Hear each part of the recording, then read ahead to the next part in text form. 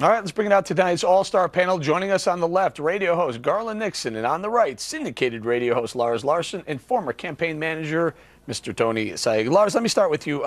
You know the border as well as anyone. It strikes me as very odd that now, with all that's going on, you know, the Eric Holder on the hot seat with Fast and Furious, the SB 1070 is going to come up very soon. It's the law that the Justice Department is challenging, the Arizona law. Maybe this is a little shot across the bow at Arizona. What do you think?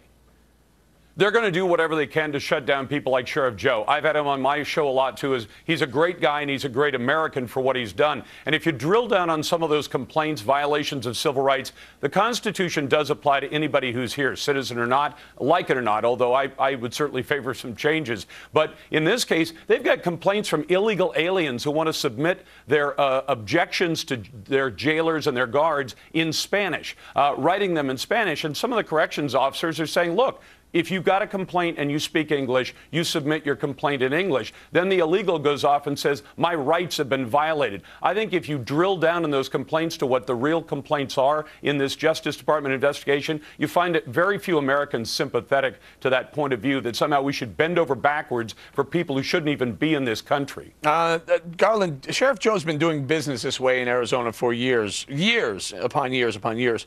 All of a sudden now, with all the other high-profile cases going on, SB 1070 and Fast and Furious with Eric Holder on the hot seat, all of a sudden now is when they're going to come down hard on Sheriff Joe? Well, I think, in fact, if you listen to what Sheriff Joe said, it was kind of a bit of a confession. He's been accused of a pattern of discrimination, and he said, well, there were some individual cases. That kind of defines the term pattern. The other thing is this. Whether or not Americans are sympathetic to the Bill of Rights or the Constitution has no bearing on whether or not it's valid. So I think that the sheriff has put himself in an unenviable position of claiming that he's defending democracy while he's not practicing it. Go ahead, Tony. The unenviable position he's in is that he has to enforce laws that the federal government passes and refuses to enforce. And this is the exact disconnect, Eric. And the sheriff's facing it in Maricopa County. A lot of border sheriffs are facing this all across the country.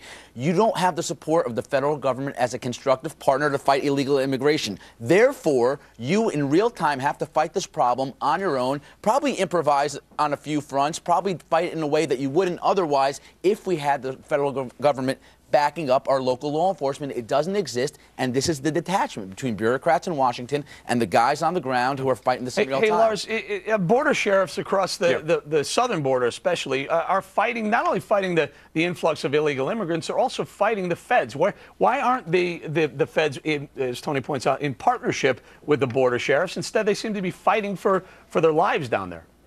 You know why? Because the Obama administration favors ultimately amnesty and simply open borders. The fact is we're moving in that direction, and I don't like it, and Americans don't like it. These people are not only stealing jobs, they're stealing social services, and ultimately, even in the town where I live, they commit violent crimes and terrible crimes against American citizens. They should not be in this country, and yet the Obama administration favors them because they understand that these are the future voters of the Democrat Party. They are undocumented Democrats, as I've called them before. I gave you credit for that. I used that term last week, Friday, and I gave you credit for it. That's one we can agree on. Lars, thank you very much. You guys are going to stick around. We're going to have to leave it there.